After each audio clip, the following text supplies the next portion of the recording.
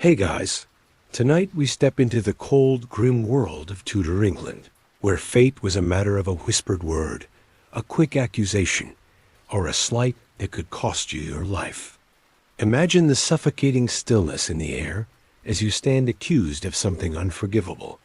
There is no trial by jury of your peers, no right to defend yourself, just the cold weight of an accusation hanging over you like a guillotine.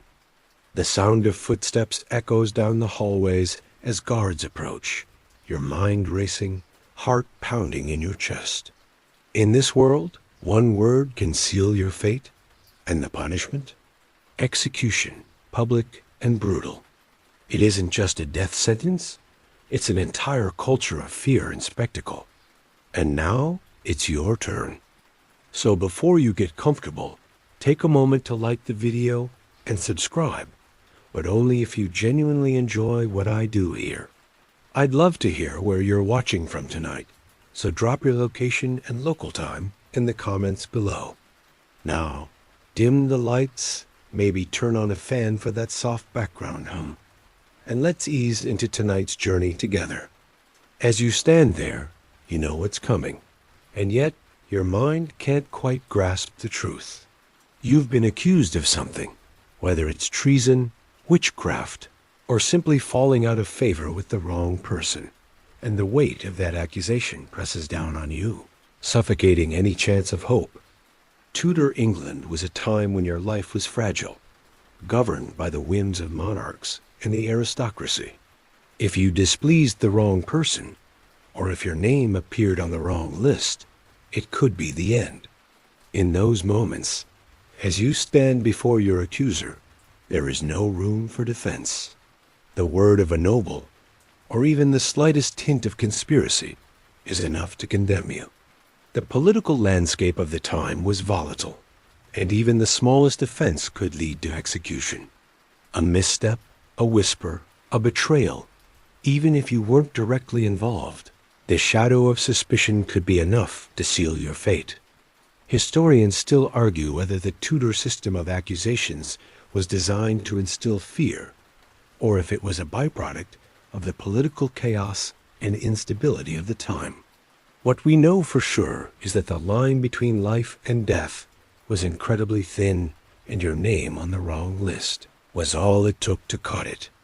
Now you wait as the guards draw closer. They don't speak to you, don't reassure you, don't explain anything. There's no comfort here, no sympathy. The abbey, the court, or even the queen's spies, they are all watching you closely, waiting for the moment when you'll be paraded through the streets. You think of your family, your friends, and wonder what they might think as your name is dragged through the mud. And then the door opens. The moment has arrived. The cold pre-dawn air bites at your skin as you're taken from your cell in the dead of night. You hadn't expected it to come this way, the suddenness, the speed of it all. The guards don't speak, and there's a hollow finality in their silence.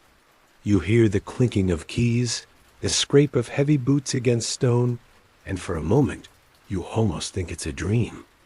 Perhaps it is, a nightmare too vivid to ignore. But as they move you down the narrow, damp corridor, there's no denying it. This is your reality now. Your body moves on its own, your feet dragging, but your mind refuses to accept what's happening. This is it. You are arrested. Your life is no longer your own. The cold is relentless as you walk outside into the foggy London streets, the moon high but barely visible through the thick blanket of mist. The sound of the city is muffled, but you know it's still there. Life goes on, even as yours seems to come to a halt. The night is eerie, and as the guards lead you forward, you are acutely aware of how quiet everything feels. Even the few people still awake seem to look away, as though they know exactly who you are and what you're being led to. The judgment is in the air, heavy, unspoken. There's a finality in every step that you take, as though the world is passing you by. Historians still debate the true nature of Tudor arrests. Were they often as swift and merciless as we imagine? Or were there instances where prisoners were given a chance to defend themselves? Some suggest that many arrests were made without sufficient evidence or trial, as the ruling powers used accusations to solidify their control. Others argue that arrests were usually carried out according to law, albeit under a very strict, often biased system. Either way, the one certainty is this: the speed with which a noble, a lord, or even a commoner was arrested was enough to leave them with little time for reflection or escape. You're led to a small cart, your hands bound behind you, your head held low. There's no trial, no lengthy interrogation. You're just a face, an accusation. You are pushed onto the cart, the cold wood pressing against your back, and you are suddenly aware of how exposed you are. The streets are empty at this hour, but you feel the eyes of the world upon you, even if you can't see them. It's not just the guards. It's the whispers you can almost hear, the mutters from the shadows. You can't help but wonder if this is how it ends. In silence, in darkness, with only the whispers of those who will remember your name. As the cart moves, you can feel your body tense. Every bump in the road a reminder that your life is no longer yours. It's in the hands of those who hold power over you. You've been judged without your say, condemned without a chance to explain, and now you face whatever fate the crown decides for you. The truth doesn't matter. What matters is whether you're useful to the powers that be. The question on everyone's mind is simple. Are you a threat, or are you simply a pawn to be discarded? The ride feels endless, and you stare blankly at the cold stone walls that surround you. In that moment, you realize something. It doesn't matter how hard you try to remember who you were, or who you might have been. The world has already decided. You are nothing but a name on a list, a person to be disposed of. Eventually, you arrive at your destination, a grim fortress where your fate will be sealed, the Tower of London. You've heard the rumors, the screams, the whispers of torture, the endless suffering. But now, standing in the shadow of its cold stone walls, you know this is where your story will end. The heavy iron gates creak open with a sound that echoes through your bones, the low groan of metal against stone too ominous to ignore. You are led inside the Tower of London, its walls a silent witness to the many fates sealed within. The guards guide you through narrow corridors, their footsteps loud in the stillness, and as you pass through each dark archway, you feel the weight of history pressing on you. The tower isn't just a place of confinement, it's a place of fear, of finality, where the shadows hold the whispers of those who never made it out. Inside, the air is thick and damp, and the chill seeps into your very marrow. The tower is not a place of rest, of refuge. It's a prison, a place designed to break people. The walls are ancient, their surfaces rough and cold, and there's a staleness in the air that speaks of countless prisoners who have lived their final days here. There are no comforts, no luxuries. The light that enters the cells is faint, filtered through narrow windows, and the silence is suffocating. As you are led deeper into the heart of the tower, you realize that you are now part of a grim history. The tower has witnessed the suffering of thousands, and you, too, are destined to be one of its many forgotten souls. Your cell is small, barely enough space to stretch out. A rough straw mat is thrown on the stone floor, and there's nothing else. No pillow, no blanket, just the cold, unforgiving stone. You are shackled, your hands bound, not just as a measure of security, but as a constant reminder of your fate. You are told that this is where you will remain until the trial, until the judgment is passed. But you don't need to be told that deep down. You know what the outcome will be.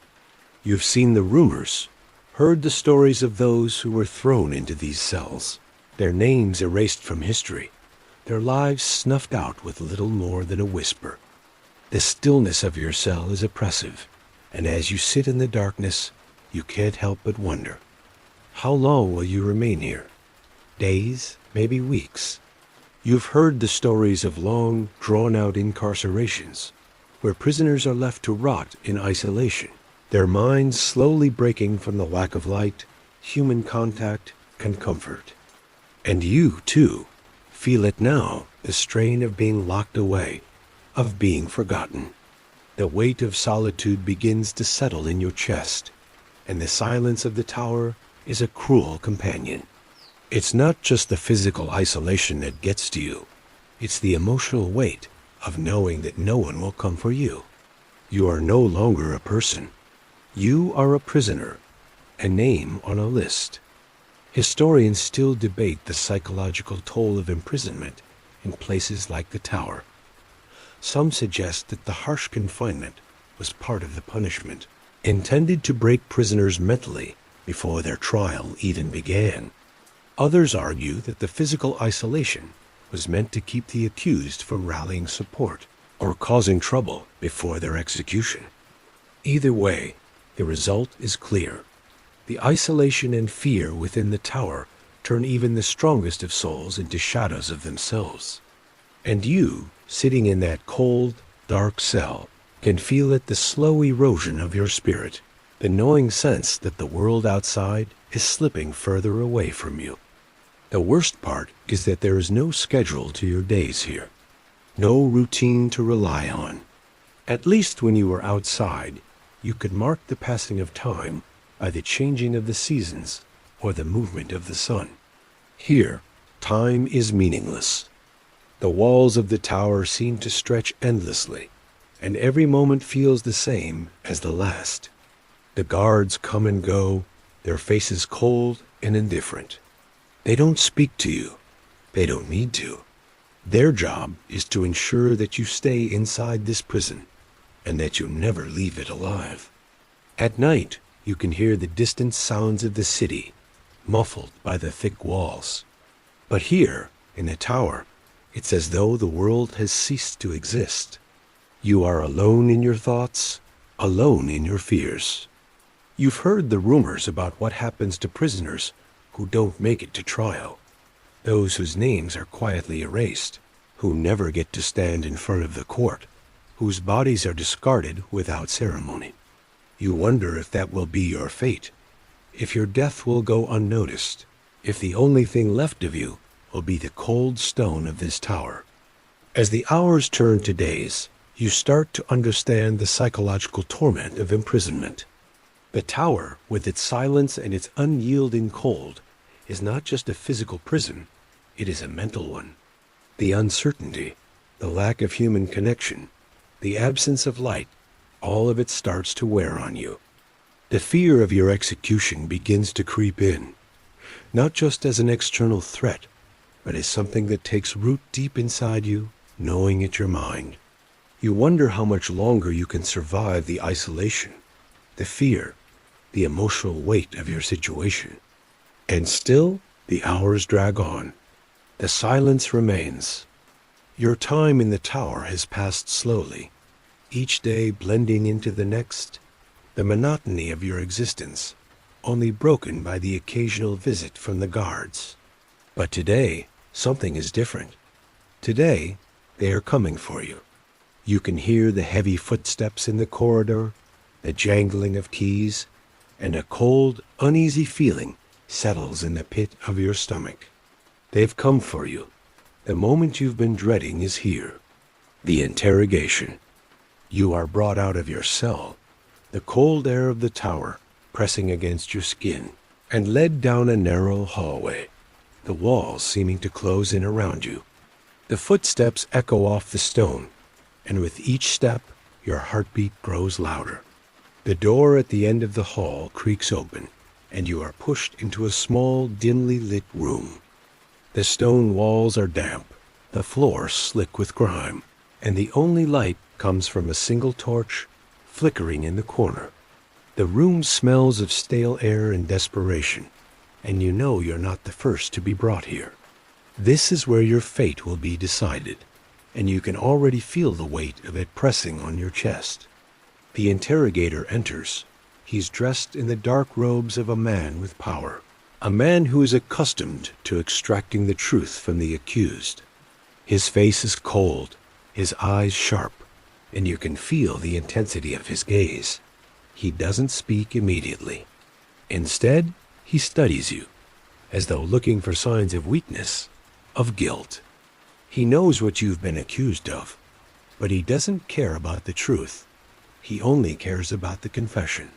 He knows that the truth is malleable, that under pressure, people will say anything to escape pain, to escape their fate. And he is skilled in the art of making people confess. You are told to sit, and the chair creaks under your weight. Your hands are still bound, your body stiff with fear, and you try to steady your breathing. The interrogator sits across from you, his face still unreadable, and begins his questioning. It's not a conversation. It's a performance, one where every word you say will be scrutinized, every hesitation noted. There's no room for lies, no room for evasion.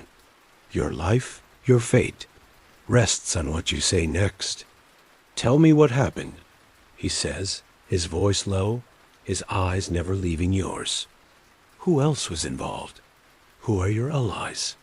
His questions are blunt, precise, designed to break you, to make you doubt your own thoughts.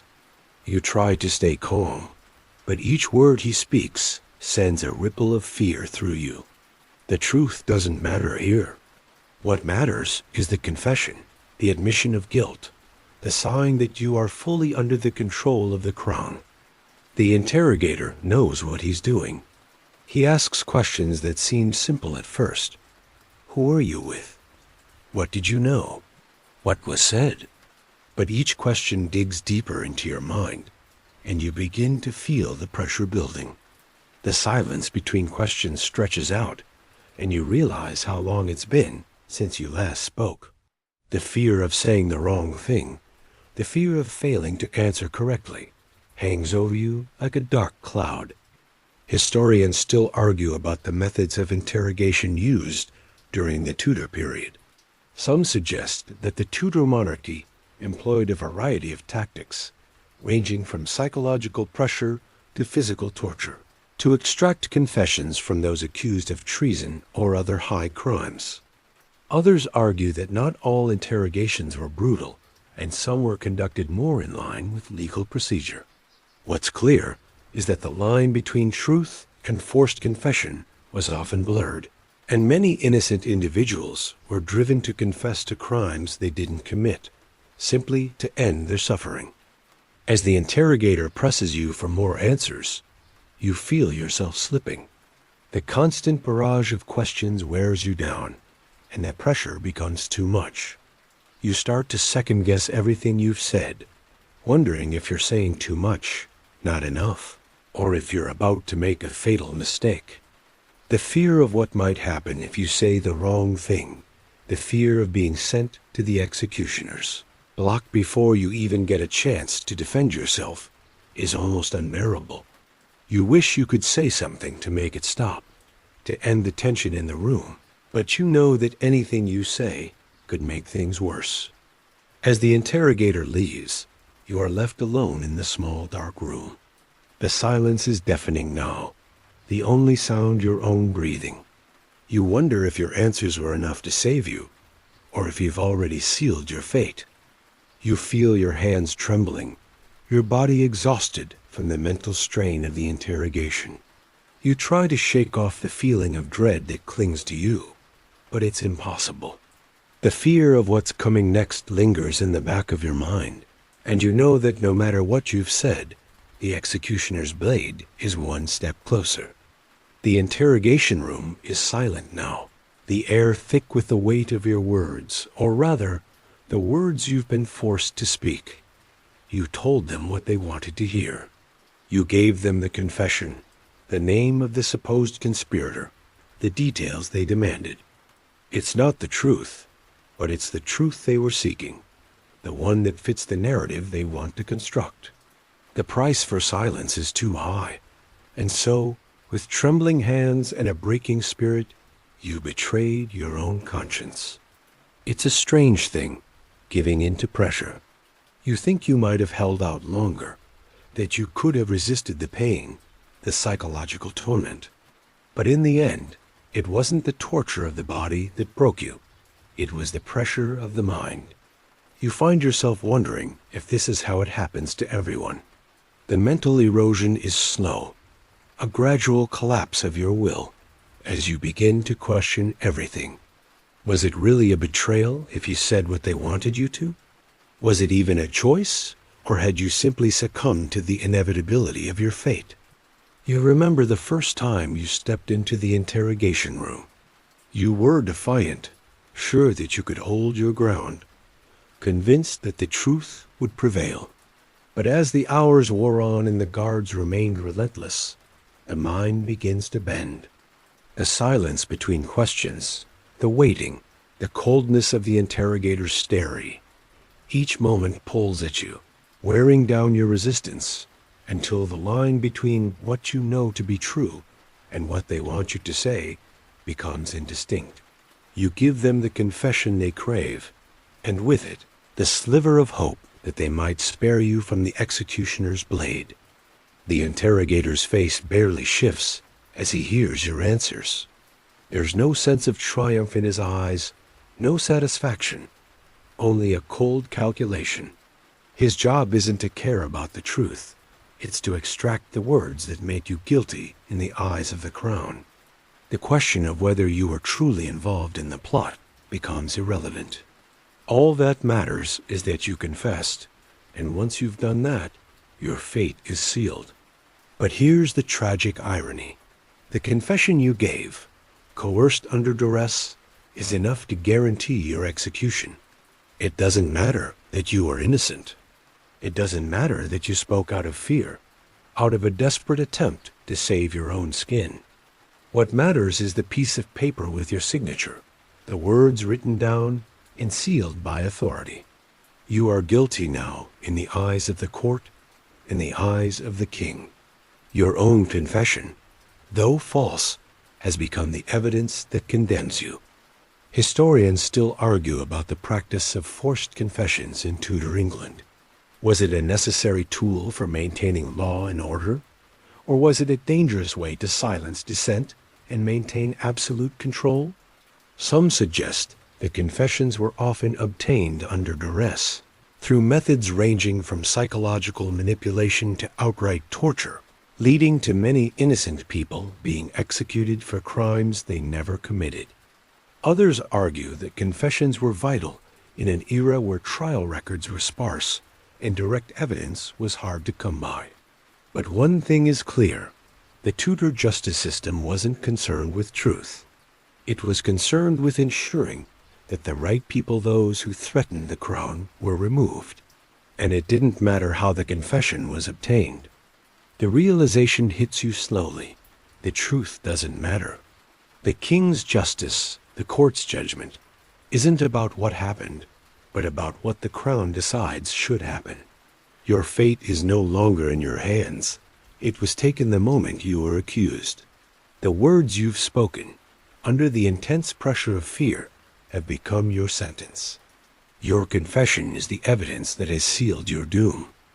And yet, as the interrogator leaves the room, you feel a strange emptiness.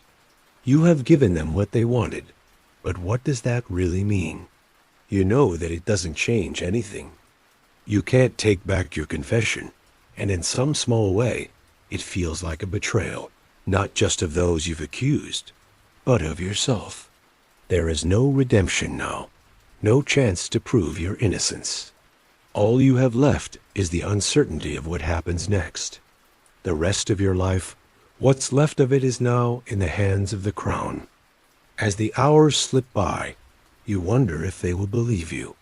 Will they see through the confession, realize that it was a lie, and perhaps spare you?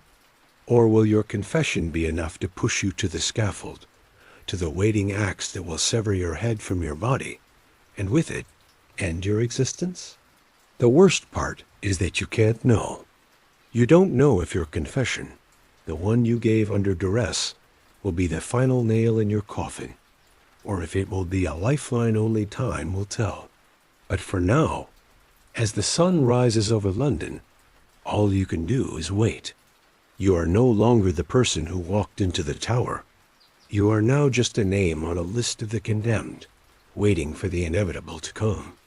The waiting is the worst part. Each moment stretches into eternity as the days pass, bringing you no closer to understanding your fate. The cold stone walls of your cell, once so indifferent, now seem to close in around you. The reality of your situation starts to settle in. You have confessed, and your confession has been enough to condemn you. There is no turning back now. The trial, the judgment, the sentencing, they are mere formalities. The truth no longer matters. You are nothing more than an accused traitor, a name on a parchment that will soon be signed, sealing your death. You can hear the murmur of voices in the hallway as the guards pass by your cell. Your thoughts turn to the day of the trial. It's coming soon, perhaps today, perhaps tomorrow. But you know it doesn't matter. In the eyes of the court, you are already guilty. The king's justice is swift and unyielding, and even if you are granted the opportunity to defend yourself, you know the outcome. The Tudor court is not interested in facts or fairness. It is interested in power, in control. The trial is just a way to formally declare what has already been decided. Your fate was sealed the moment you were accused. When the guards finally come for you, they don't offer you comfort. They don't speak to you in kindness. They simply stand there, waiting for you to move, their expressions hard, impassive. You are taken from your cell and led to the courtroom. The floor beneath your feet feels cold and unfamiliar, as if you are walking toward a death sentence. The silence is oppressive, broken only by the sound of your footsteps and the occasional murmur of the guards. As you enter the courtroom, your heart sinks.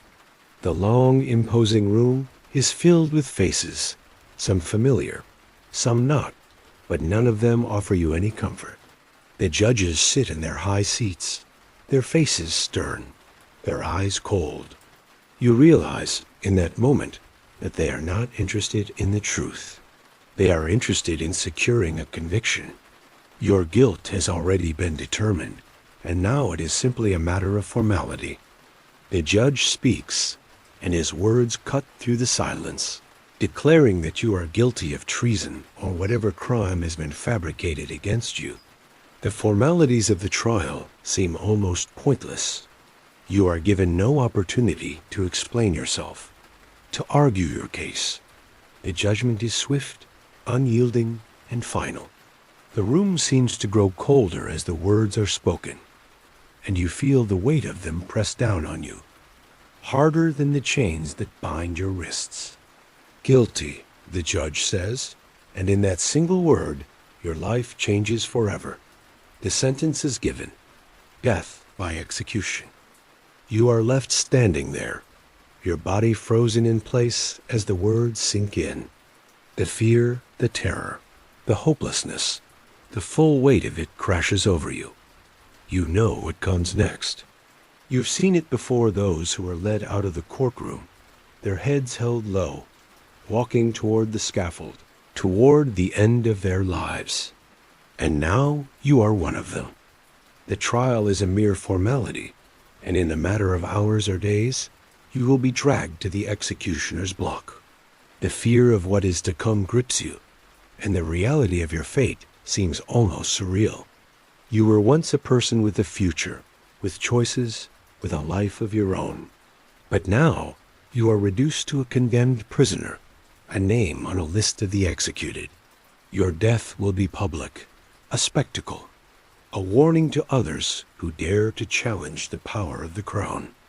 But what truly strikes you as you stand there is how little control you have.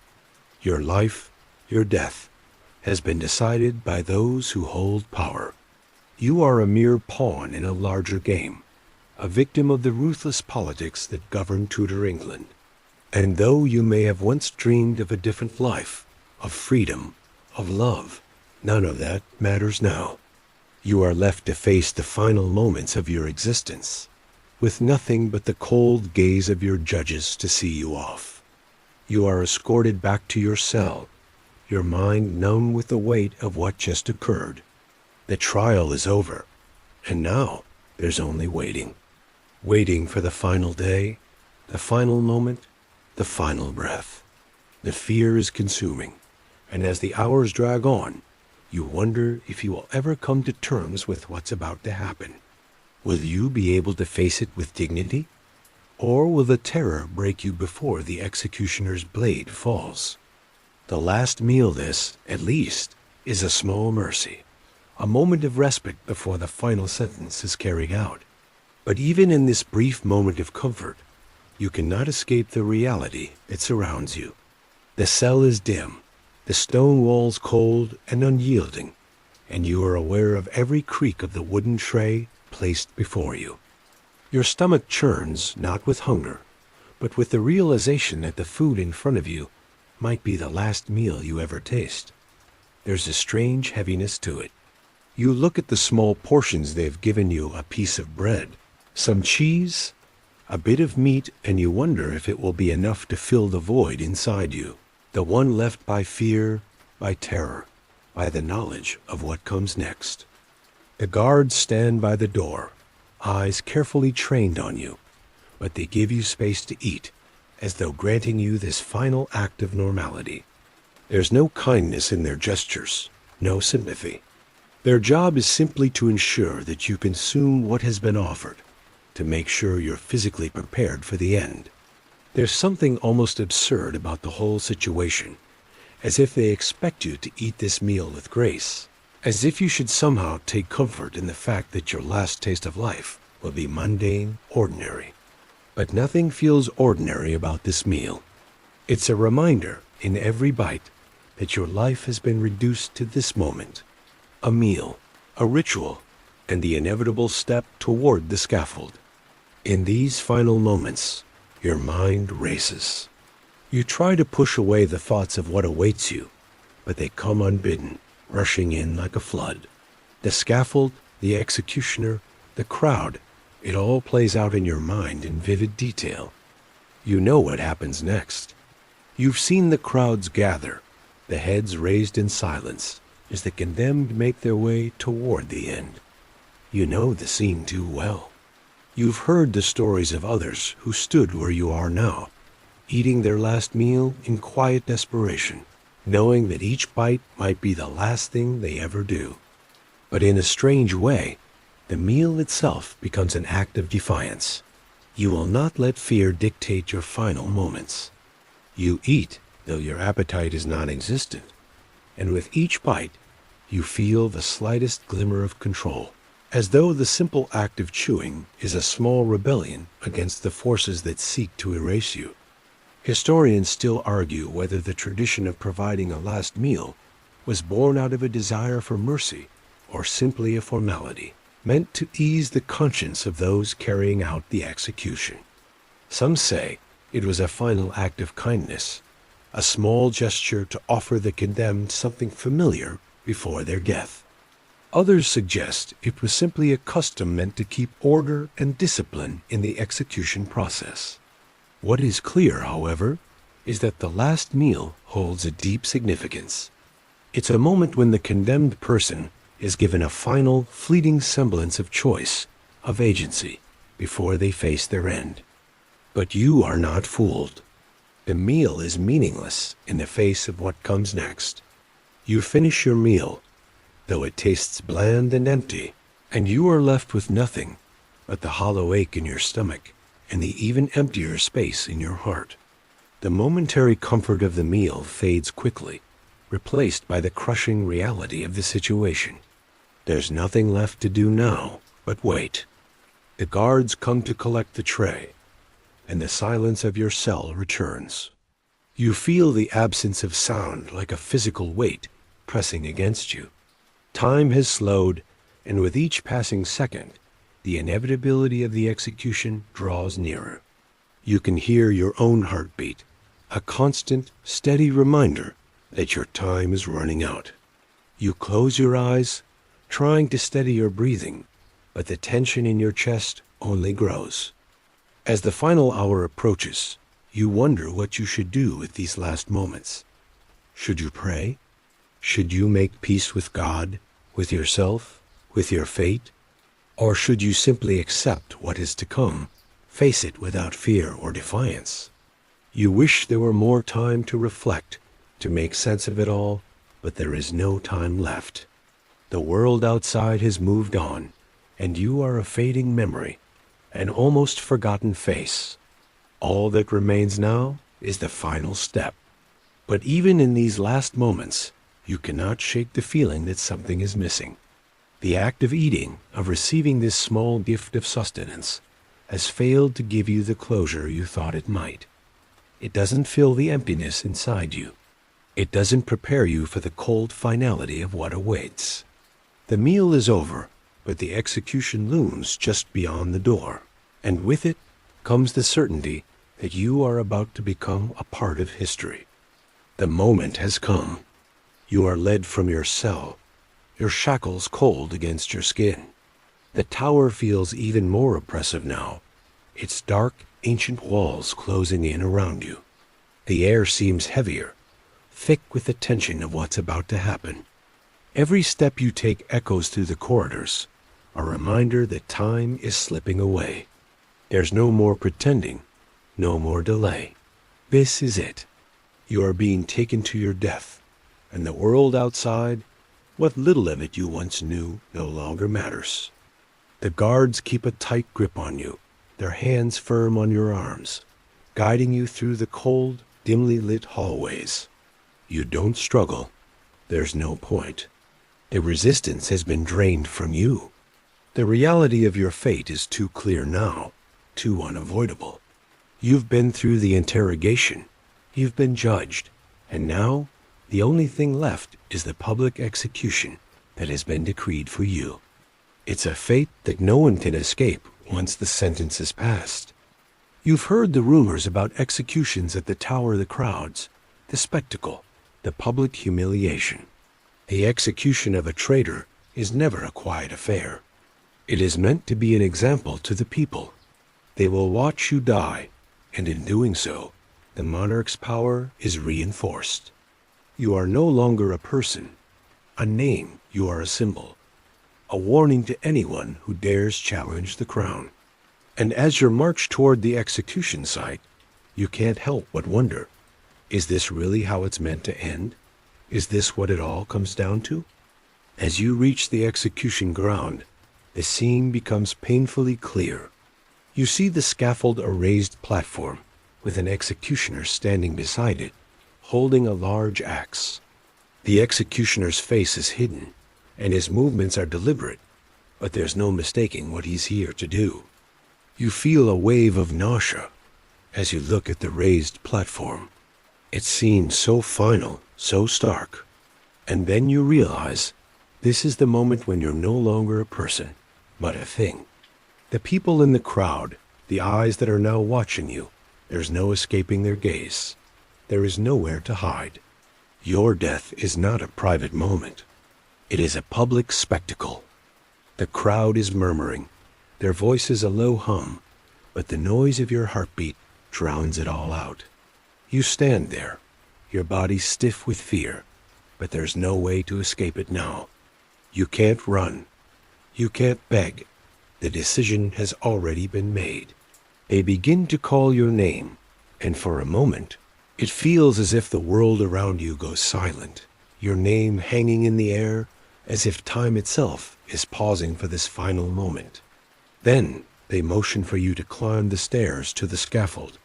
Historians debate whether executions like these were designed to serve as a spectacle of fear, or whether they were simply practical measures to remove those who posed a threat to the monarchy. Some argue that the public execution was an essential part of maintaining control during a time of political unrest, while others suggest it was used to intimidate the common people, reminding them of the crown's absolute power. Either way, you realize that you are both the victim and the message, your death serving a purpose much larger than yourself. You take the first step onto the scaffold. The wooden steps creak under your weight, each one leading you closer to the inevitable. The crowd below shifts restlessly, their eyes fixed on you. You don't dare to look at them. You focus only on the platform ahead of you, the executioner waiting with the axe in hand. This is no dream. This is real, and you are here to meet your end. You feel a sense of finality in every step you take. It's not just the end of your life. It's the end of the story that has been written for you, the end of everything that you were once a part of. As you reach the top of the scaffold, the executioner steps forward. You are instructed to kneel. The axe is raised. The world seems to slow down, and in that moment, you think back on your life, the decisions that led you here, the people you loved, the moments you could never get back. You realize that you won't get to make amends. You won't get to fix the mistakes. The fear is suffocating, and for a moment, you wonder if you'll scream, if you'll run, if you'll somehow find a way to escape. But then, the moment is upon you. The executioner's arm comes down. In the space of a heartbeat, everything changes. The crowd watches. The silence after the blow is deafening. The finality of it all sinks in. The world you once knew disappears, and you are left only as a memory, a name, a symbol of what happens to those who challenge the crown. The executioner's axe falls, and the finality of the moment crashes into you. The crowd watches in stunned silence as your body is still for a fleeting moment before it is removed from the scaffold. Your life is over, your body now a mere object of history, a casualty in the monarchy's game of power and control. What happens next is a chilling reality that many do not often think about. Once the axe has fallen, once your body has been cut down, it is no longer just yours. It becomes part of a system of public display. It is handled in a way that strips away any remaining dignity, reducing you to a lifeless form, a tool for the crown to use in its message to the masses. Your body, still warm with the last remnants of life, is quickly moved, often without ceremony, to be disposed of or displayed. The nature of public executions in Tudor England wasn't just about the act of killing. It was about sending a clear, often brutal message to the people. Once your body is removed from the scaffold, it may be thrown into a common grave, forgotten, lost among others who shared the same grim fate. The body is treated as an afterthought, left to decay in the same way you, as a prisoner, were discarded. You wonder if anyone will even care, if anyone will remember your name. The guards will move quickly, ensuring that nothing about your execution draws sympathy or empathy. There is no room for honoring the dead when the purpose is to keep the crown's power unchallenged. In other cases, your head might be severed from your body and displayed on a pike as a grim reminder to others who might think of challenging the king's authority. The sight of your head, your face, frozen in death, staring out at the crowd, becomes a powerful symbol. It is a chilling spectacle, a permanent reminder of the consequences of rebellion. This was not just an execution. It was a political statement, a visual warning for anyone who might consider defying the crown. Some executions were carried out with what little dignity could be offered. For example, the heads of those executed might be sent to the monarch as a token of submission or as proof of the deed being done. Your death, once a symbol of defiance, is now a commodity, traded as a symbol of the monarchy's iron fist. But for the most part, your body, once a vessel of thoughts, feelings, hopes, has been reduced to something cold and lifeless, serving only as a pawn in the game of power. Historians still debate the reasons behind such public displays. Some believe they were meant to reinforce the monarchy's divine right, to remind the populace of the absolute power of the crown and the consequences of treason. Others argue that these displays were designed to strike fear into the hearts of the common people, a way to ensure obedience through intimidation. The grim spectacle was as much a part of Tudor England's politics as the ruling itself. It wasn't enough to simply execute. It had to be seen, witnessed, felt by everyone, as a lesson not to step out of line.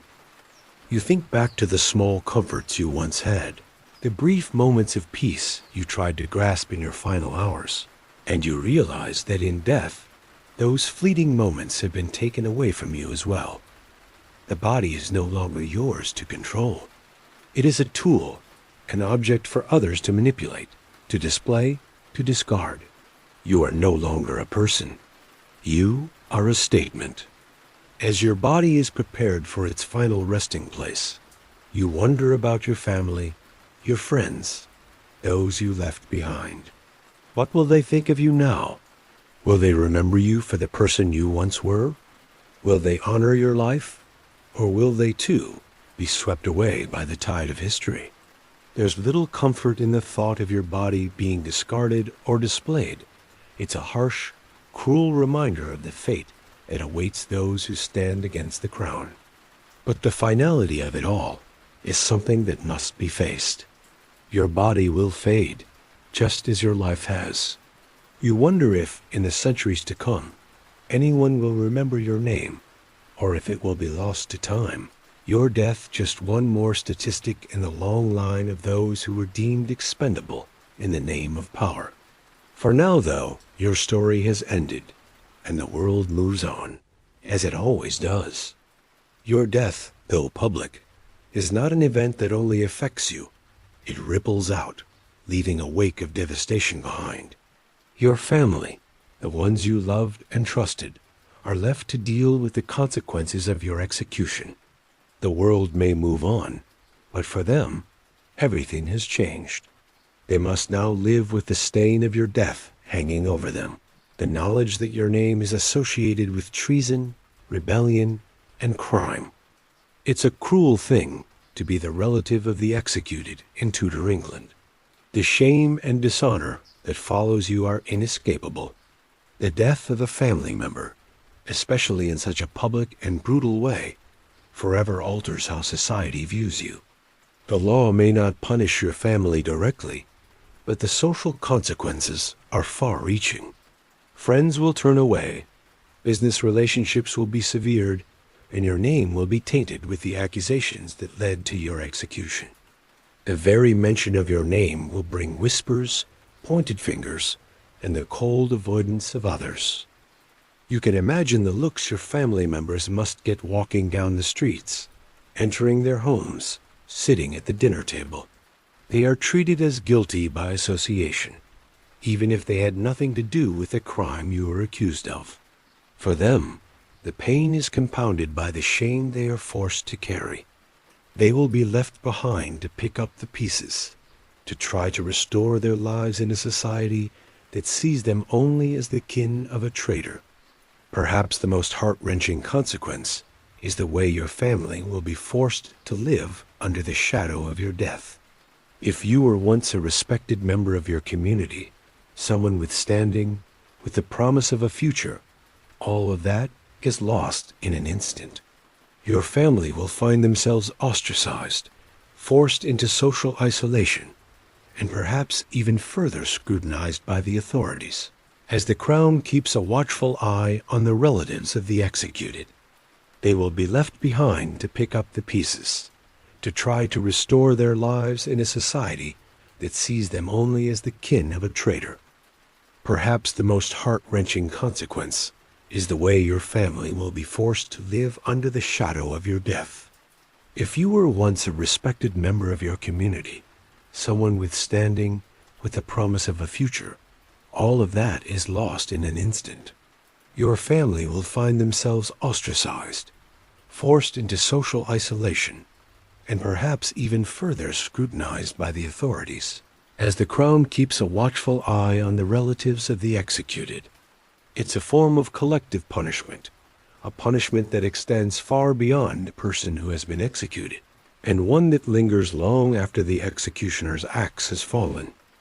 Historians still debate the long-term effects of public executions on the families of the condemned.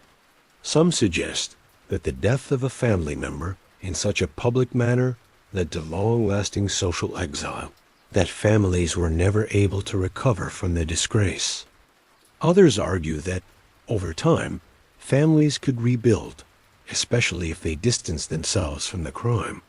But one thing is clear: the stigma of execution never fully fades. It is a shadow that lingers, one that never quite leaves, and it impacts generations. The children of those executed may never escape the taint of their parents' crime. It's a legacy of shame that follows them, whether they like it or not. In the aftermath of your death, your family may try to clear your name, to distance themselves from the shame that has been thrust upon them. They may petition the monarch, attempt to plead their case, to argue that you were unjustly accused, or that you were merely a victim of political machinations. But in the world of Tudor England, the crown's will is absolute, and to challenge it, it is a dangerous game. Even if they were to succeed in clearing your name posthumously, the damage would have already been done. The social consequences cannot be erased with a mere pardon or declaration. The question lingers in your mind: will your family remember you for who you were before this final act? Or will they remember you only as the traitor, the rebel, the one who defied the crown? Will your children grow up hearing only whispers of your crime? Or will they be told stories of the person you were before everything changed? The legacy of your life and your death will be shaped by the way your family carries on after your execution. If you had any say in the matter, you might wish that they could live a life free of shame, free of the weight of your actions, but you know that's unlikely. They are now bound by the same chains that bound you, the chains of social expectation, political consequence, and the endless weight of history. And so, as you face your end, you realize that you aren't the only one suffering. Your family's life will never be the same, and no matter how they try to move on, the memory of your execution will follow them forever. The scaffold looms ahead, towering in your mind as much as in reality. The long wooden platform, raised high for all to see, is not merely a structure. It is the stage for your final moments. The crowd is gathering. You can hear the shuffle of feet, the murmur of voices, the quiet rustle of movement from the thousands of onlookers who have come to watch. The air is thick with anticipation, thick with the weight of judgment, the expectation that this will be the event that brings order to the kingdom, that sets an example for those who would dare to defy the crown. You are marched forward, a prisoner to the spectacle, and the reality of what is about to happen sets in. The once comforting sounds of the world outside now seem far away, drowned out by the echo of the crowd's murmurs, their expectant eyes fixed upon you. You can feel their gaze on your back, 1,000 eyes, calculating, judging, watching for the moment of your disgrace, watching for your final breath. You know the importance of this moment. It is not just the end of your life.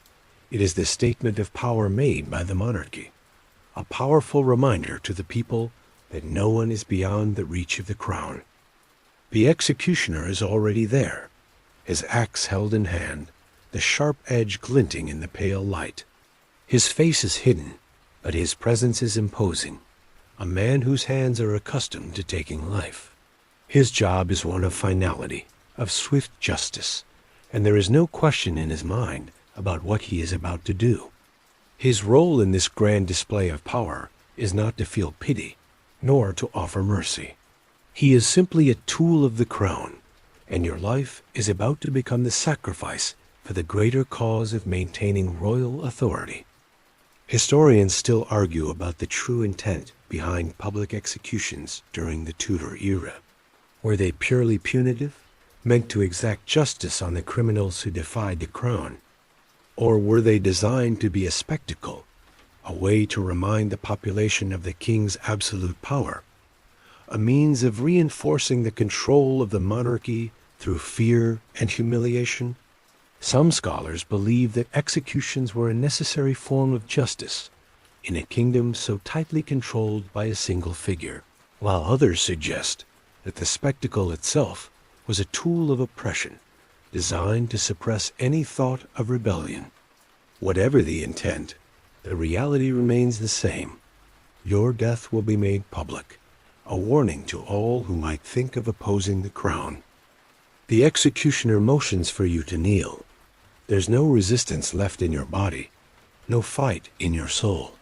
You've lived with the fear of this moment for so long that it feels almost surreal now. There is nothing left to do but to comply. You kneel on the scaffold, your head bowed, your body trembling with the weight of your final moments. The crowd is hushed now, and for a brief moment, you imagine that everything might just stop, the world might pause, and you might slip away quietly, unnoticed. But this isn't a quiet ending. This is a grand spectacle, a moment to be remembered, a moment to be passed down through generations. The executioner steps forward, and the blade is raised. The air is thick with the weight of history, with the anticipation of what is about to happen. The crowd, once murmuring, now holds its breath. This is the moment when you are no longer a person, but a symbol of defiance, a symbol of failure. Your fate, sealed in that one blow, will now be remembered by all who watch.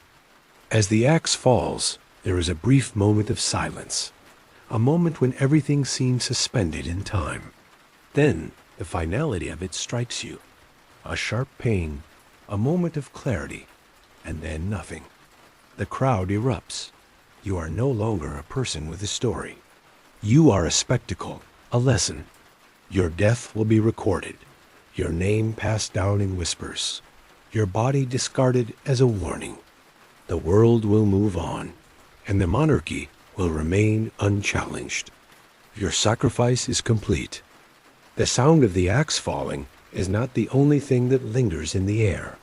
The executioner, a figure cloaked in the grim responsibilities of his role, stands silent. His job is to be faceless, his movements swift and final, as though detached from the human toll of what he does. And yet, in his silence, in his presence, there is an understanding. He, too, is a part of the machinery of power, a tool of the crown's absolute control. His role is not to ask questions, not to ponder the right or wrong of the situation. He simply does his job. The crown demands obedience, and his actions are the manifestation of that power. The executioner has seen many who have come before you, each of them brought to this very scaffold, each of them condemned in some way by the monarchy. And now it's your turn. To the executioner, you are no different from the rest to face a name, a traitor, or a criminal. There is no room for empathy in his line of work, no space for hesitation. His hands, steady and practiced, do not tremble as they raise the axe. This is his duty, and he carries it out with mechanical precision, his mind focused solely on the task at hand. You are not the first to face him, and you will not be the last. But though he may seem indifferent, there is a weight to his role. The executioner is a man who lives in the shadow of death every day. He is a necessary part of the justice system, but his life is defined by violence, by finality, by the act of taking life. He is not a criminal in the eyes of the law, but he is a man who serves the crown in ways that others cannot. His work is necessary, but it is a work that separates him from the rest of society, forcing him to exist in a liminal space between life and death, between human and executioner. Historians still debate the moral implications of the executioner's role in Tudor England. Some argue that the executioner was seen as a necessary servant of the monarchy, a figure who ensured the stability of the realm, by removing those deemed dangerous. Others suggest that the position of executioner was seen as a cursed one, with the individual forced to live on the fringes of society, forever marked by the act of taking life. In either case, the executioner is both a part of the justice system and apart from society. He is both feared and reviled, needed but rarely respected. As you kneel before him, you wonder if he sees you as just another name on a list, another traitor to be removed. Does he even consider who you are? Or does he see only the crime, the offense, the punishment that must be carried out? You are nothing more than a function of the system, a cog in the machine of royal power, your life reduced to a brief moment in history, a part of the spectacle designed to maintain control. To him, your death is just another part of the routine, just another task to be completed. But there is one thing you know for certain. The executioner will not hesitate. His job demands finality, and he will carry out his duty without second thoughts. You will not be spared, not by him, nor by the crown. You will become a symbol of the monarchy's power, a reminder to all who would defy it. The executioner, in his silent duty, will be the one to deliver the final blow, the one to sever the thread of your life. As the executioner steps forward, raising his axe, you feel the weight of the moment. There is no turning back now. This is it, the end. The axe is not just a tool, it is the embodiment of the crown's power, the representation of the system that has condemned you. It is swift, final, and unyielding. The executioner's role is to deliver that end without emotion, without remorse. In the cold, sterile moments before the blade falls, you realize that your death, though brutal, is not a personal act of malice. It is a function of the monarchy's need for control, a necessary component of the system that has ruled your life for so long. And as the executioner raises his axe, you understand. It is not just your life that is ending. It is a reminder that no one is beyond the reach of the crown. The world grows still. Time slows. Your final moments are hanging in the balance, the very air around you seemingly suspended. For a brief second, you are no longer fully aware of the noise, the crowd, or the man before you. All that remains is a strange, almost surreal quiet, a moment before the inevitable. In that moment, you are no longer the condemned, no longer the traitor, the criminal, or the political pawn you've been turned into.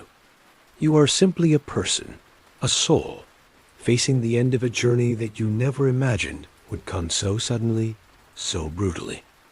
You think of the life you lived before this, a life that now feels so distant, like a dream from another time. Perhaps it was a life filled with ambition, with plans, with relationships, with love. Perhaps it was simple, quiet, or full of purpose. But whatever it was, it's gone now, forever out of reach. The life you lived before has slipped through your fingers like sand, and now, here you are, standing at the edge of oblivion, just moments away from becoming a part of history. You wonder what happened to that person, the one who had hopes, dreams, and possibilities ahead of them. Where did they go? Was it all for nothing? How could it all have changed so quickly? In the final stretch of these moments, you cannot escape the undeniable truth. Your life, once full of potential, is now reduced to a single fleeting event. Your story will be remembered, but only for the crime you are accused of, for the execution that ends your life. Your name will be remembered, but only in relation to the crown's power, to the lesson that must be taught to the people. There's no room for your personal narrative, no place for the complexity of who you were. You are reduced to an example, to a footnote in history. You are the cautionary tale that will echo through the years, reminding others of the monarchy's unyielding control.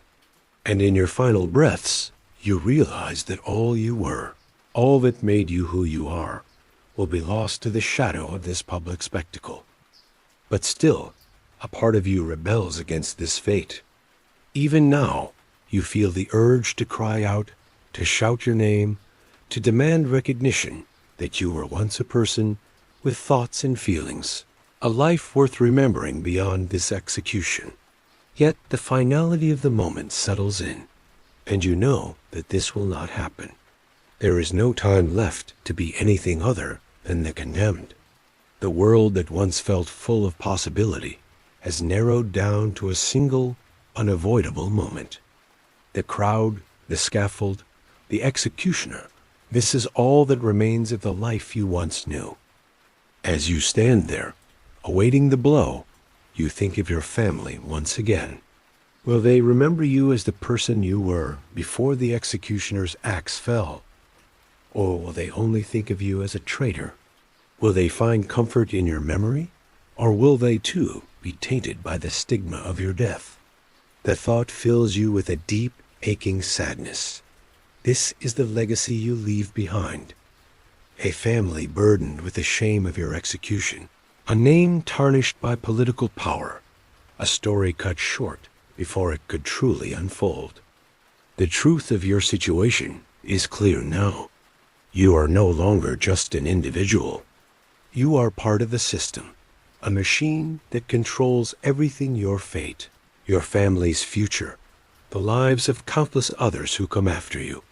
The monarchy's power is absolute, and no one is truly free. The thought settles in your mind, a bitter truth. There is no room for individuality in this world. There is only submission, only obedience to the crown. You are not the first to fall victim to this system, and you certainly won't be the last.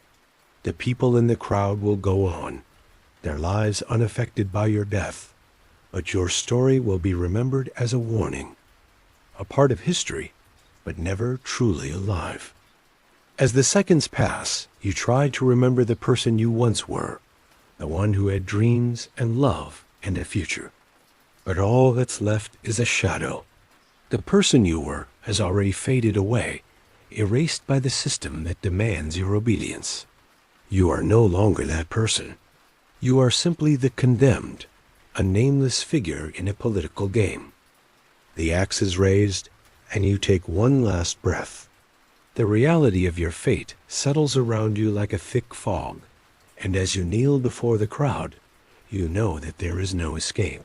You are not the person you once were. You are merely the sum of your crime, the consequences of defiance.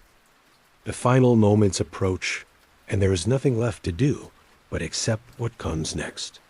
The fear, the anger, the regret, all of it vanishes in the final instant. You are at peace now, in the only way possible. The axe has fallen.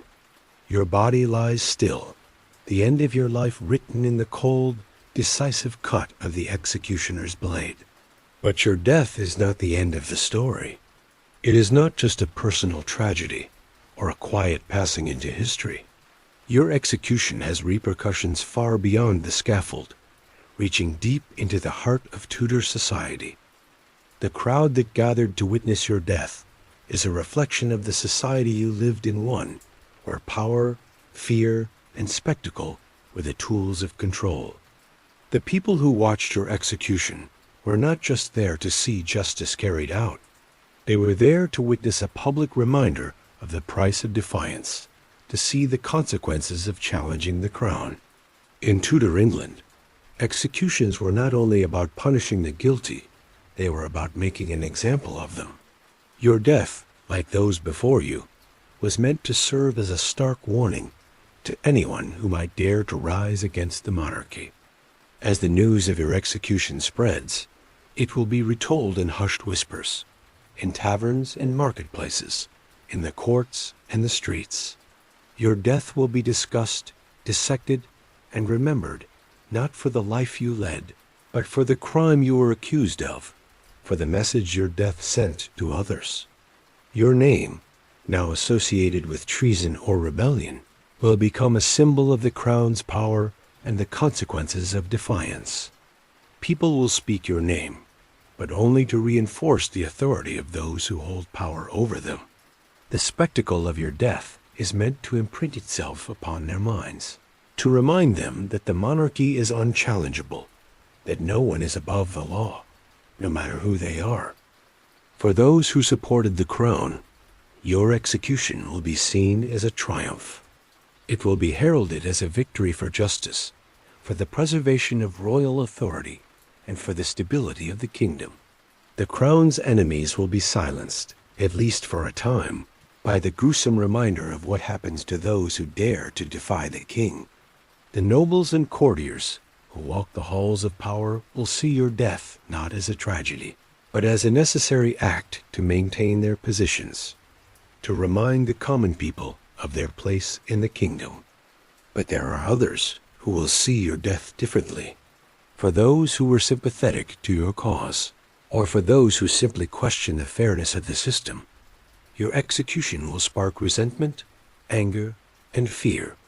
Your death will be seen as an injustice, a symbol of the ruthlessness of the crown. In their eyes, you were a victim, and your death represents a failure of the justice system, a system where the powerful are untouchable and the innocent are crushed under the weight of political ambition. In the months and years that follow, your name will become a part of the tapestry of Tudor history, mentioned in the same breath as other martyrs and victims of royal power. Your death will inspire some, frighten others, and serve as a cautionary tale for generations to come.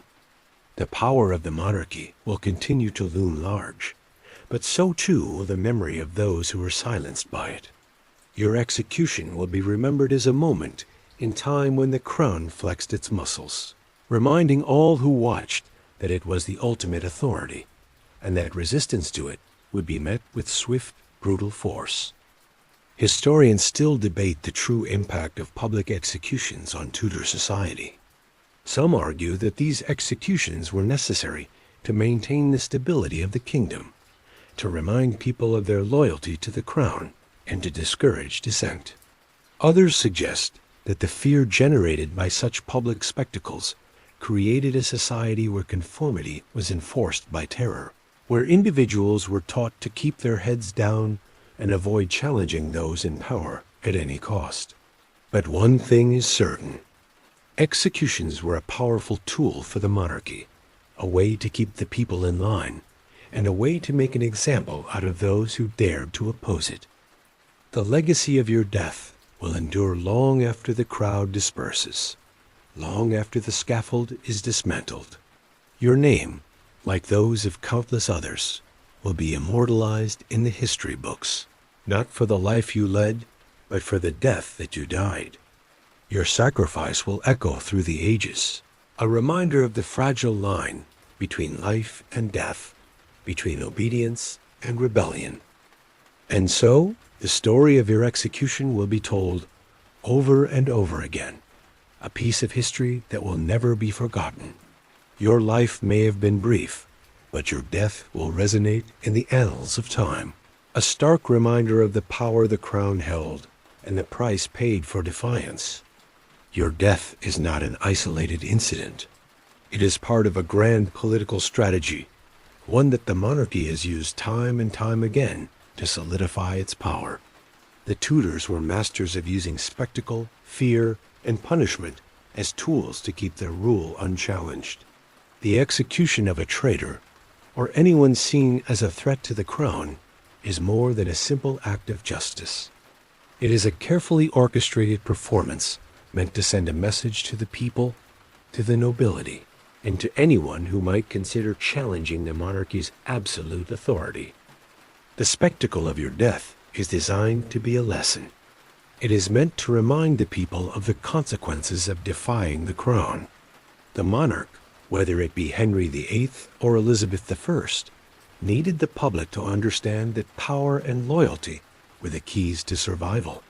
The show of strength, the public execution, the crowds gathered to witness the final moments of those who dared to oppose the crown. It was all part of a larger plan to maintain control over the kingdom. To defy the monarch was to risk being made an example of, and your death will be the example, a chilling warning to anyone who would dare to think they could challenge the crown's power. The execution is performed in front of a crowd, because it is not just about ending your life, it is about reinforcing the monarchy's supremacy. The people are meant to witness your fall, to see that the law, as wielded by the king or queen, is absolute. It is a public demonstration of power, a way to maintain the stability of the kingdom through fear and obedience. Your death is a tool used to secure the future of the monarchy, to prevent others from plotting, to keep the nobles in line, and to send a message to all those who might consider rebellion or dissent. In the Tudor court, those who were executed often found themselves sacrificed, not just for their actions, but as symbols of political messages. A traitor's death was never just a punishment for the crime. It was an act that served to quash potential insurrection, to send a message of the king or queen's unyielding control.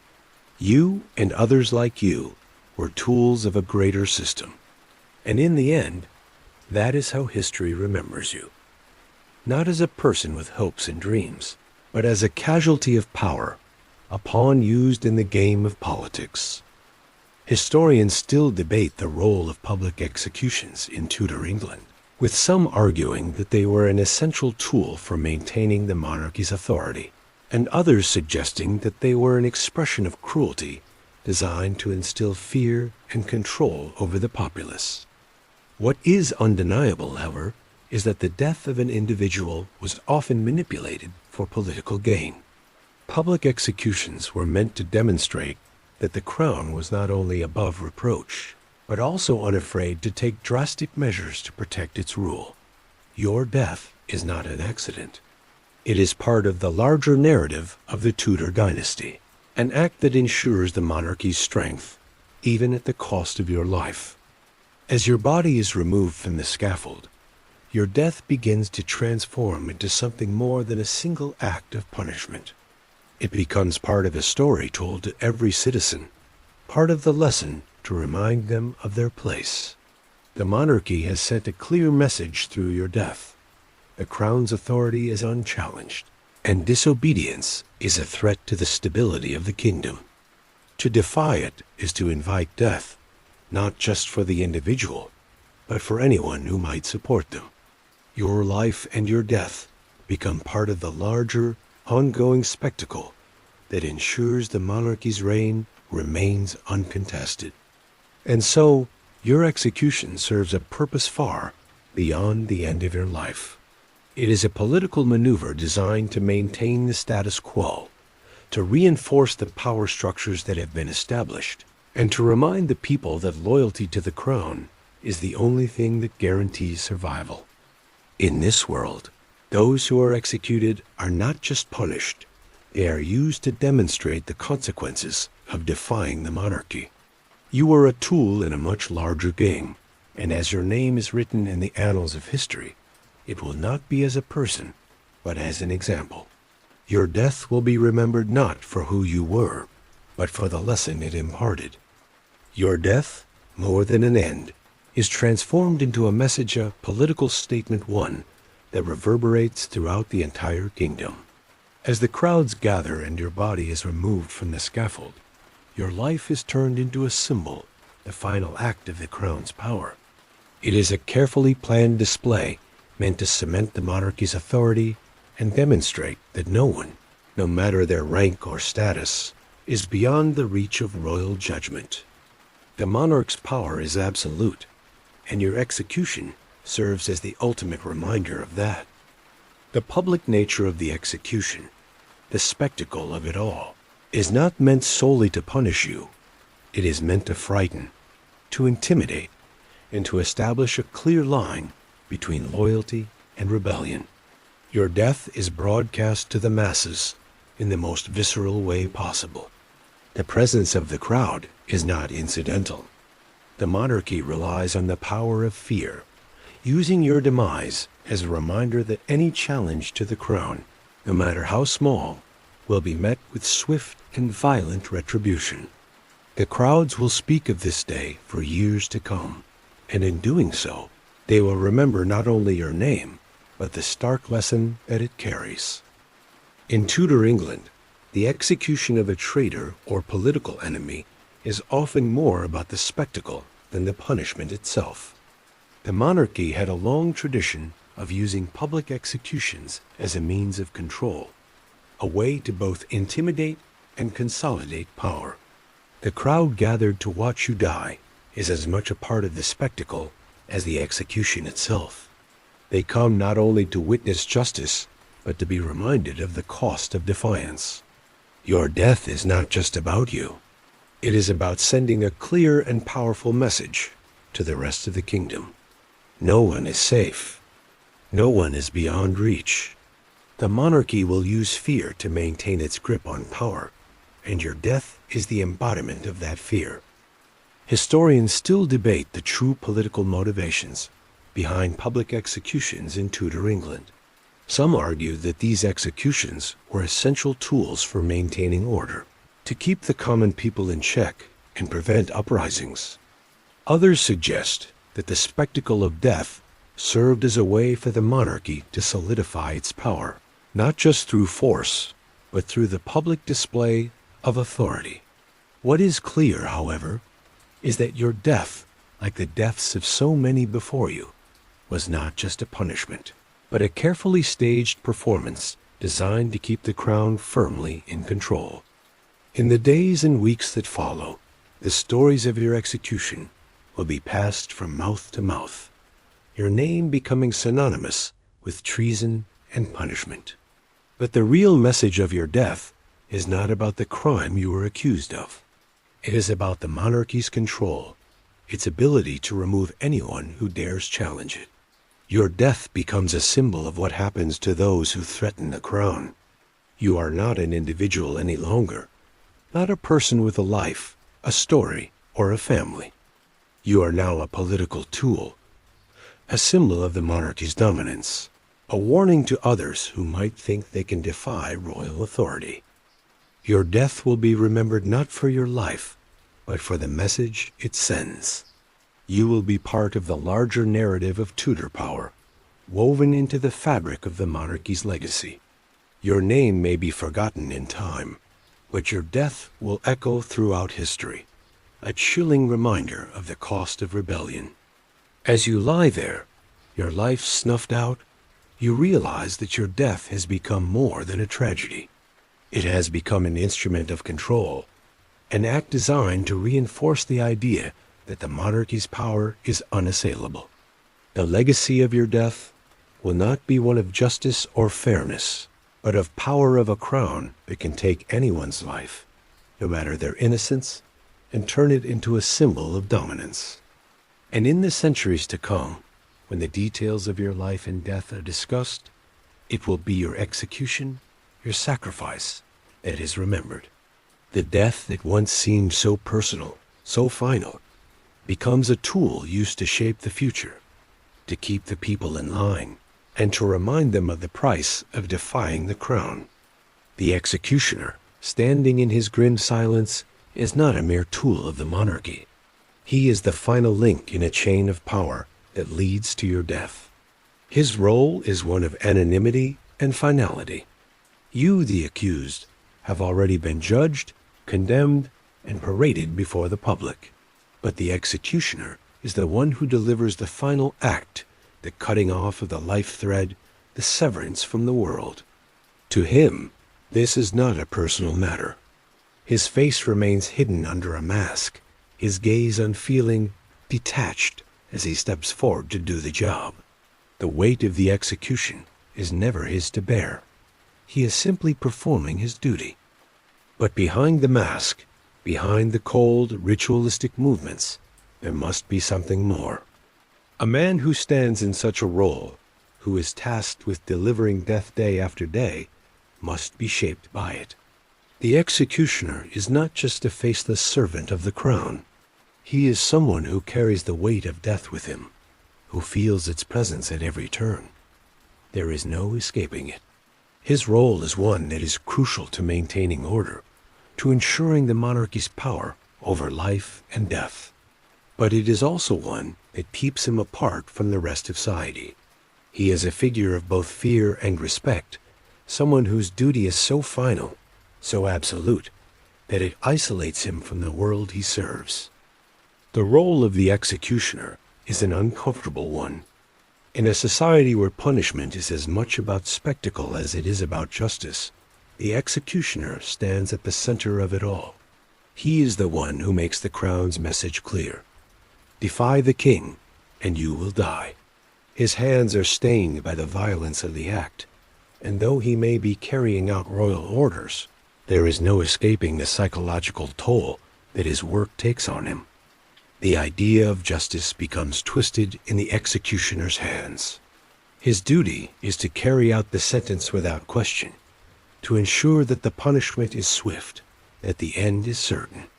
But in doing so, he becomes part of the very system that takes life so easily, a system that values power over people. Historians debate whether the executioner's role was seen as a mark of shame or one of honor in Tudor society. Some argue that executioners were viewed with revulsion and disdain, forced into their position by circumstance and ostracized by society. Others suggest that they were respected as necessary agents of the crown, their role crucial to maintaining order. Either way, the toll of the job is undeniable. The executioner stands in the shadow of death, his actions shaping the fate of those brought before him, but forever disconnected from the world he serves. The executioner's hands are forced to act, and in doing so, he becomes a part of the very mechanism that dehumanizes the condemned.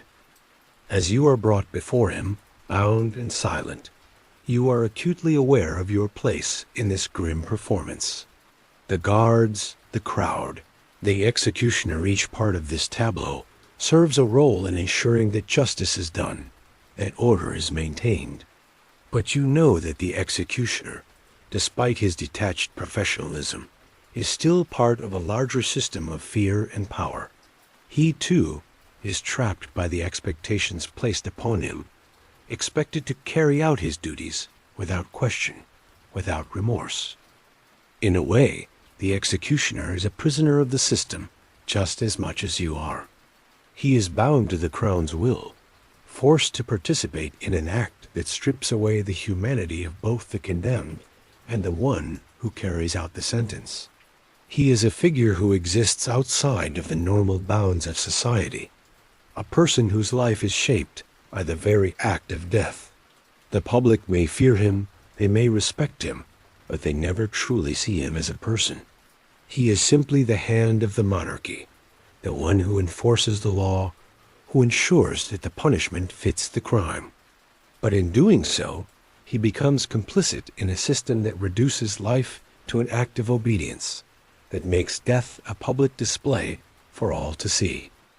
And as your life comes to an end, you are left to wonder, who is the true prisoner here? The condemned, who faces the finality of death, or the executioner, who is bound by the crown's will to take life without question? In the world of Tudor England, both are trapped, both are forced to participate in a system of control and power that sees human life as expendable. Your death may be the final blow, but the executioner's role is just as much a part of this grim process, a necessary function. Yes, but one that comes at a cost to him, too. Your death, while deeply personal to you and your loved ones, is far from an isolated incident in Tudor England. Public executions were a central part of the political and social fabric of the time. They served multiple purposes, from maintaining royal authority to reinforcing societal order, and to act as brutal reminders of the consequences of defying the crown. But as we look back through the lens of history, we see that your execution is not just the end of your life, it is the embodiment of the Tudor regime's need for control. The Tudor period, particularly under monarchs like Henry VIII and Elizabeth I, was marked by religious and political turmoil. The Reformation, with its schisms and power struggles, was a defining feature of this era. The monarchy's need to establish and maintain absolute control over religious and political life often involved the use of fear as a tool. Executions were used not just as punishment, but as a method to suppress dissent and enforce royal will. In your case, the execution was not merely about the crime you were accused of. It was about sending a message. The message was loud and clear. Anyone who challenged the crown, whether in politics, religion, or power, would face severe consequences. Historians still argue over the role executions played in shaping Tudor England's political landscape. Some scholars suggest that executions were an essential tool for reinforcing the monarchy's power, a way to ensure that the people understood the consequences of disobedience. Others argue that executions, especially public ones, were a form of propaganda, a way to show the people the might of the monarch and the price of rebellion. It's likely that both perspectives are true. Executions served to reinforce royal authority and also acted as a spectacle that kept the populace in line. But in either case, it is clear that your death was not just an isolated act of retribution. It was a cog in a much larger machine of political control. At the same time, there is the matter of the public's reaction to such executions. Tudor England was a kingdom where social hierarchies were strictly enforced. The nobility, the gentry, and the clergy were above the common people, and those who dared to question or defy this structure often found themselves at the mercy of the crown. However, public executions also served as a social leveling mechanism. The spectacle of your death was for everyone to see, and for the common people, it was a harsh reminder of the precariousness of their own lives. It was a show of power that kept the lower classes in check, reminding them that even those who had once held power could be brought down in an instant. And yet, the very nature of public executions also had an unintended consequence. It created a culture of spectacle and violence. As much as executions were meant to instill fear, they also became events that the public flocked to witness. The crowds gathered not only to witness the death, but to participate in the collective experience of justice.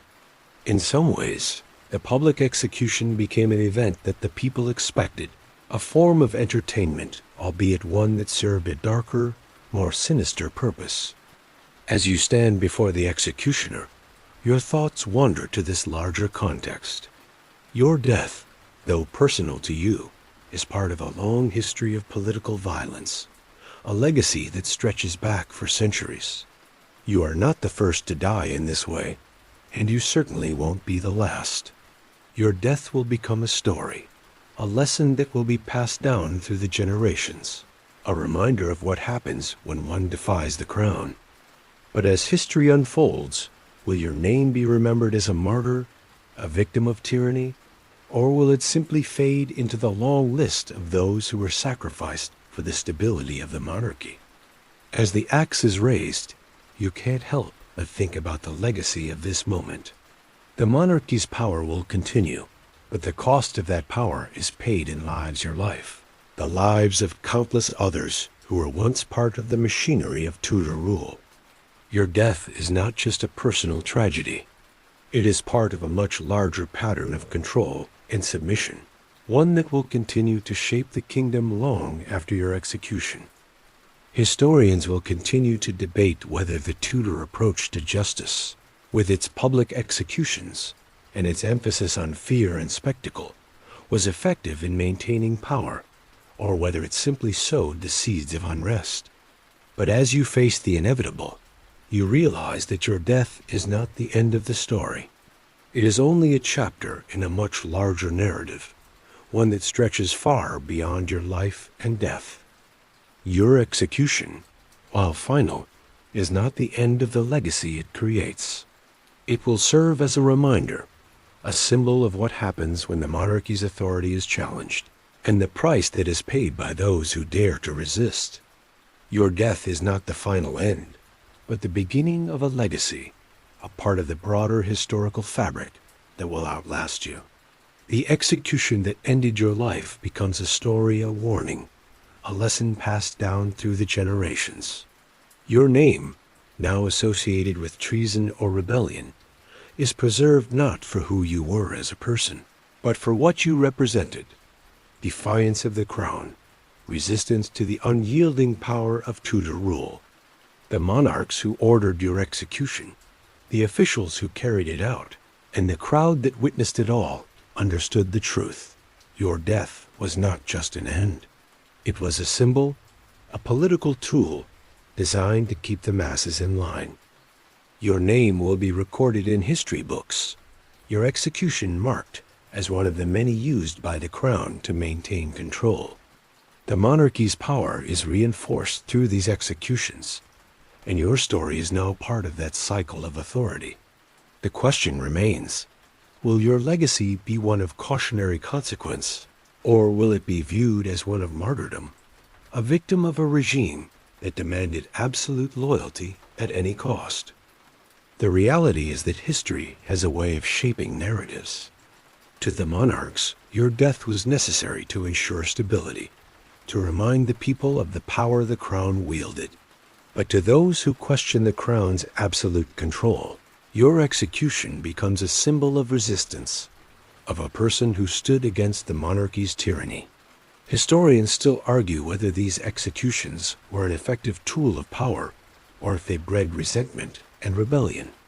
Some say the spectacle was necessary for maintaining order, while others argue that it only fueled anger and dissent beneath the surface.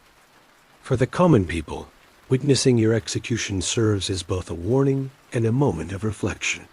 They are reminded of their position, their vulnerability, and the fragile nature of life in a society ruled by the whims of the crown. Your death becomes part of the conversation in every town square, every tavern, and every conversation whispered behind closed doors. For some, it solidifies their loyalty to the crown, reminding them of the consequences of defiance. But for others, it fosters a sense of injustice, a simmering anger that may one day find its way into rebellion. Your family, those who loved you, are left to carry your memory. For them, your execution is an unending weight, a mark on their name that they cannot erase. They will never be able to move forward without the stigma of your death hanging over them. The social ramifications of having a family member executed for treason are not easily undone. They, too, are caught in the aftermath, their lives irrevocably altered. They may try to clear your name, to petition for a posthumous pardon, but it is unlikely to ever remove the stain of your death from their reputation. The power of the crown does not easily relent, and in Tudor England, the marks of execution are lasting. The legacy of your execution extends far beyond the day of your death. Your name will be remembered not as a person, but as a symbol, and your death will be one of the many that contribute to the shaping of Tudor history. The monarchy will continue to rule with fear, with the power of public spectacle, and with the use of executions to maintain order. But the legacy of those who died, the ones who were sacrificed for the crown's power, will not fade. They will be remembered, though perhaps not with honor, as examples of what happens when power is challenged. Historians will continue to examine the role of public executions in Tudor England, asking whether they were truly effective or simply tools of oppression. Some argue that these executions were essential for maintaining the monarchy's power and stability. Others suggest that they were a cruel means of keeping the population under control, fueling resentment and rebellion. But regardless of their effectiveness, the legacy of your death is clear. It is a reminder of the brutal tactics used by the Tudor monarchy to maintain power, and it is a part of the enduring history of a time when lives were dictated by the whims of kings and queens. In the end, your legacy will live on, but it will be shaped by the forces of history and the monarchy. You will be remembered as a casualty of the crown's absolute power, a symbol of what happens when someone dares to challenge the king. Your death will echo through history, but it will be part of the story of those who were silenced, those who were erased in the name of political control. Your life was brief, but your death will be remembered, woven into the fabric of Tudor England's history as a cautionary tale for those who dare to defy the monarchy. As the centuries pass, your death becomes part of the past, a shadow cast over time. The blood on the scaffold fades, and the memory of your execution begins to blur into the larger narrative of Tudor England. But even in the distant echoes of history, your story lingers, a haunting reminder of a time when life was ruled by the whims of kings and queens, when the power of the monarchy was absolute and the lives of those who opposed it were expendable. Your name is etched in history, but it is no longer just the name of the accused. It has become a symbol, a ghost that haunts the records, a figure who embodies the fragile nature of life in Tudor England. The monarchy's grip on power may have loosened over time, but your death, and the deaths of many like you, remain as chilling reminders of the cost of rebellion. As modern generations look back, they may view your execution with a sense of horror or sympathy, but in the context of the time, it was simply another part of the machinery of power. To the people who lived through it, your death was a necessary evil, a step toward preserving the stability of the realm. But to those who have come after, your death has become a symbol of oppression, of a system that used fear to control and silence its people. Historians still argue over the efficacy of public executions in maintaining the monarchy's power. Were they truly necessary for the stability of the kingdom, or were they just a tool for intimidation, a means of asserting dominance over a fearful populace? Some believe that the public nature of executions, with their grim displays of power, helped reinforce royal authority. Others suggest that the very spectacle of death served to stoke resentment, pushing people further toward rebellion. But whatever the case, your death, like the deaths of so many before and after you, became a part of the history of the Tudor dynasty. Even as the world changes and centuries pass, your story endures. It becomes the stuff of legend, a tale of bravery, betrayal, and fear. The details of your life and death may be lost to time, but the symbol of your sacrifice persists. Future generations may never know who you were, but they will remember what you represented. The political machinations of the Tudor monarchy, the fear of defying royal power, and the brutal consequences of disobedience will all be remembered through the lens of your execution. In the quiet corners of history, your ghost lingers, waiting to be remembered by those who study the past. Your story, though once fleeting, now occupies a space in the larger tapestry of Tudor England's rise and fall. The monarchy's grip on power may have loosened, but the legacy of those who gave their lives in its name remains. Your name will not be forgotten, not entirely, even if it fades from the history books. For in every retelling, in every passing mention, you live on, a reminder of what once was and what came at a terrible cost. The ghosts of those who were executed in the name of royal power still linger in the minds of those who study Tudor history. You are but one of many, a piece of a much larger puzzle, but your death marks a significant moment in that story.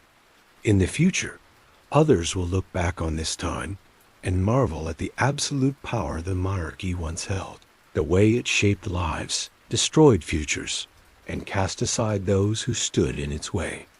They will study your execution, your legacy, and the monarchy's unyielding control over life and death. As you fade into the annals of history, you are not forgotten. You remain a shadow that walks through time, a part of the complex and sometimes brutal story of Tudor England. Your legacy, though shaped by the circumstances of your death, lives on, a testament to the power of the crown and the toll it took on those who dared to resist. And so, The echoes of the past fade away like whispers carried by the wind. The fear, the uncertainty, the spectacle each moment becomes a part of history, a part of a story that has shaped the world we know today. But in the quiet of the night, we are reminded that the past, though powerful, is distant now, and we are free from its shadows. As the stars shine gently above, think of the many stories that have been told, and those still waiting to be written. Our lives, like the pages of a book, continue to turn, always moving forward. The weight of history, while important, is not something we need to carry with us into the night. The world outside may be full of noise, of struggles, and of past sorrows, but here in this moment, you are safe. Let the soft rhythm of your breath guide you into rest, knowing that the stories we carry with us, the struggles of the past, have led us to this peaceful pause, to this quiet place of sleep. The night is yours now, a time for calm and serenity. So as you close your eyes and drift into dreams, remember, the world is still full of beauty and hope, and tomorrow brings with it a new beginning. Good night, sleep well, and let the comfort of peaceful rest wrap around you like a warm blanket. Sweet dreams.